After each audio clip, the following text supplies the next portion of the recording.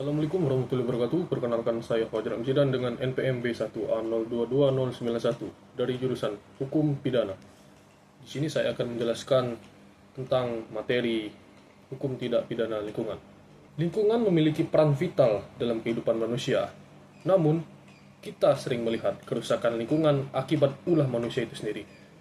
Kerusakan ini berdampak pada kesehatan, ekonomi, bahkan masa depan generasi penerus kita. Oleh karena itu, hukum hadir untuk melindungi lingkungan dari tindak pidana. Dasar hukum utamanya ada pada Undang-Undang Nomor 32 Tahun 2009 tentang perlindungan dan pengelolaan lingkungan hidup. Dalam undang-undang tersebut, dijelaskan bahwa tindak pidana lingkungan adalah setiap perbuatan melawan hukum yang menimbulkan pencemaran, kerusakan, atau membahayakan makhluk hidup. Selain itu, Undang-Undang 1945 pasal 28H menegaskan bahwa setiap orang berhak atas lingkungan hidup yang baik dan sehat. Jadi, ini bukan sekedar aturan biasa, tetapi hak konstitusional. Tindak pidana lingkungan memiliki banyak bentuk, terutama pencemaran lingkungan, misalnya pencemaran air, udara, maupun tanah. Kedua, perusakan lingkungan, seperti illegal logging atau penebangan hutan liar. Ketiga, pelanggaran izin usaha, contohnya menjalankan kegiatan tanpa analisis mengenai dampak lingkungan atau AMDAL, seperti tambang ilegal dan semacamnya. Dan yang keempat, pembuangan limbah berbahaya tanpa pengelolaan. Ini hal yang sangat merugikan bagi masyarakat dan merusak ekosistem alam ke depannya. Pelaku tindak pidana lingkungan bukan hanya perorangan, tapi juga korporasi atau perusahaan yang melakukan penambangan ilegal. Bahkan pejabat publik bisa ikut terjerat jika lalai atau turut serta dalam pelanggaran. Ini menunjukkan bahwa hukum lingkungan bersifat menyeluruh, tidak pandang bulu.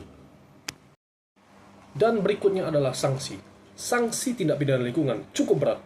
Biasanya berupa penjara hingga 10 tahun, denda 10 miliar rupiah, dan juga sanksi administratif seperti pencabutan izin usaha. Selain itu, ada juga kewajiban memperbaiki kerusakan lingkungan. Jadi hukumannya bukan hanya menghukum pelaku, juga mengembalikan kondisi lingkungan seperti keadaan semula.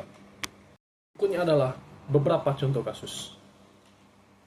Kasus yang pertama adalah kasus lumpur Lapindo, yang menyebabkan kerugian besar bagi masyarakat sekitar.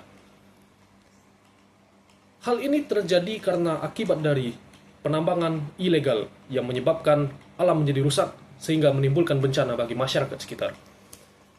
Dan yang kedua adalah kasus kebakaran hutan dan juga lahan yang kerap terjadi. Contohnya di Riau, di mana perusahaan perkebunan terbukti bersalah dengan membuka lahan atau hutan dengan cara membakar sehingga timbullah bencana alam kebakaran hutan. Ini menunjukkan bahwa betapa besarnya dampak tindak pidana lingkungan terhadap kehidupan sosial ekonomi, bahkan kesehatan masyarakat dan kita semua. Upaya penegakan hukum lingkungan dilakukan melalui 3 cara. Pertama, preventif, yaitu pencegahan dengan edukasi, izin lingkungan, dan AMDAL.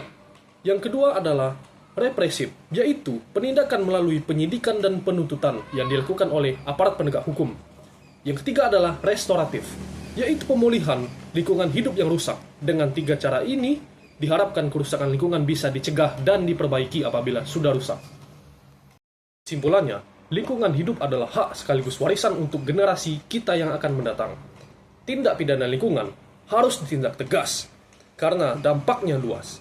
Jika hukum ditegakkan dengan adil, maka lingkungan bisa tetap lestari dan masyarakat hidup sejahtera, akan menciptakan generasi emas yang akan mendatang. Penutup, saya ingin mengingatkan sebuah pepatah.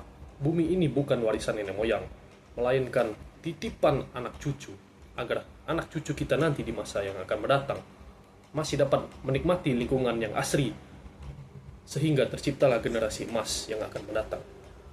Sekian presentasi dari saya. Terima kasih. Wassalamualaikum warahmatullahi wabarakatuh.